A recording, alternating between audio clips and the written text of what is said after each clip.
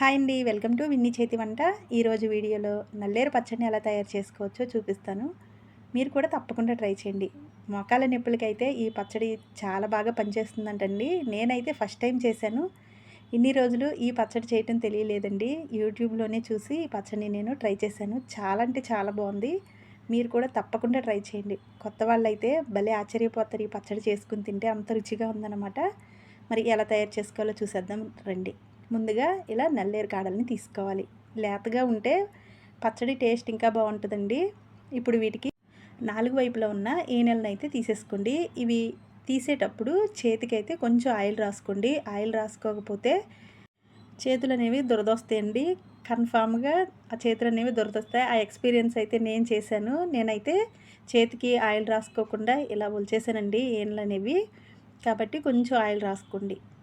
ఇలా ఈనెలు తీసేసుకున్న తర్వాత చిన్న చిన్న ముక్కలుగా కట్ చేసేసుకోండి. వీటిని నూనెలో ఫ్రై చేస్తాం కాబట్టి ఏ సైజ్ అయినా పర్వాలేదు. ఇలా కట్ చేసేసుకుని ఒక ప్లేట్లోకి మొత్తం అన్నీ తీసేసుకోవాలి. ఇలా పీచు ఉన్నాయి కదండి, ఈ కాడలకైతే పీచు ఉంటుంది. ఇప్పుడు వీటిని ఒక 2 సార్లు ఒక గిన్నెలో నీళ్లు పోసేసుకుని శుభ్రంగా కడిగేసుకోండి. ఇలా ఒకసారి కడుక్కున్న తర్వాత మరొకసారి కూడా ఈ విధంగా కడిగేసుకుని ఒక ప్లేట్లోకి తీసి పక్కన పెట్టేసుకోండి. ఇప్పుడు స్టవ్ వెలిగించుకుని ప్యాన్ పెట్టుకుని కొద్దిగా ఆయిల్ వేసుకుని 1 టేబుల్ స్పూన్ పచ్చిశనగపప్పు, 1 టేబుల్ స్పూన్ మినపప్పుని, అలాగే 1 టేబుల్ స్పూన్ ధనియాలను కూడా వేసుకుని కొంచెం ఫ్రై చేసుకోండి. ఇవి ఫ్రై అయిన తర్వాత ఒక 6-7 పచ్చిమిరపకాయలను కూడా వేసుకోండి.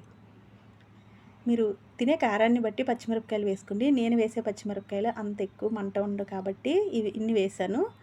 ఇవి కూడా కొంచెం వేగిన తర్వాత దీనిలో 1 టేబుల్ స్పూన్ జీలకర్రని కూడా వేసేసుకుని ఇవి కొద్దిగా ఫ్రై అయిన తర్వాత ముందుగా మనం కట్ చేసి కడిగి పెట్టుకున్న నల్లేరు కాడలను కూడా వేసేసుకోండి.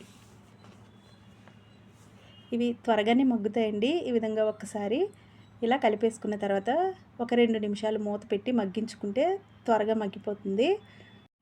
ఈ పచ్చడి మోకాళ్ళ నొప్పులకి బాగా పనిచేస్తుందంటండి. నేను కూడా ఫస్ట్ టైం చేశాను, ఫస్ట్ టైం తిన్నాను. చాలా బాగుంది పచ్చడి టేస్ట్ అయితే. చూసారు కదా, ఇవి మగ్గినాయి. తర్వాత దీనిలోకి ఒక చిన్న నిమ్మకాయ సైజ్ అంతా చింతపండుని కూడా వేసుకుని చింతపండు మగ్గే వరకు మరికొద్దిసేపు ఈ విధంగా ఉడికించేసుకోండి. తర్వాత దీనిలో ఒక 7-8 వెల్లుల్లి రెబ్బలను కూడా వేసుకుని స్టవ్ ఆఫ్ చేసి పూర్తిగా చల్లారిన తర్వాత ఒక మిక్సీ గిన్నెలోకి వీటిని వేసేసుకోండి. తర్వాత దీనిలో రుచికి సరిపడా ఉప్పు వేసుకోండి. మీరు సాల్ట్ అయినా వేసుకోవచ్చండి. ఇలా వేసుకున్న తర్వాత మూత పెట్టుకుని మెత్తగా మిక్సీ పట్టుకోవాలి. నేనైతే నీళ్లు పోయలేదండి. ఒకవేళ మీకు గట్టిగా అనిపిస్తే కొంచెం నీళ్ళు పోసుకొని ఇలా మిక్సీ పట్టేసుకోండి. నీళ్ళు పోయకపోయినా నాకు కరెక్ట్గా సరిపోయింది. చూసారు కదా, పచ్చడి అయితే కలర్ చాలా బాగుంది. నేనైతే తాలింపు వేయలేదండి. తాలింపు మీరు కావాలి అంటే వేసుకోవచ్చు. చూడడానికి కూడా చాలా బాగుందండి. అలాగే టేస్ట్ కూడా నెక్స్ట్ లెవెల్ అనమాట. ఒకసారి మీరు కూడా ఈ నల్లేరు కాడలు ఎక్కడైనా దొరికితే తప్పకుండా తెచ్చుకుని ఈ పచ్చడి చేసుకోండి. మీరు కూడా ఈ పచ్చడి ఇంట్లో ట్రై చేసిన తర్వాత మీకు ఎలా వచ్చిందో కింద కామెంట్ సెక్షన్లో కామెంట్ చేయండి. వీడియో నచ్చితే లైక్ చేసి మీ ఫ్రెండ్స్కి, రిలేటివ్స్కి షేర్ చేయండి. ఇలాంటి మరిన్ని వీడియోస్ కోసం మా విన్నీ చేతి వంట ఛానల్ని సబ్స్క్రైబ్ చేసుకోండి. Thanks for watching.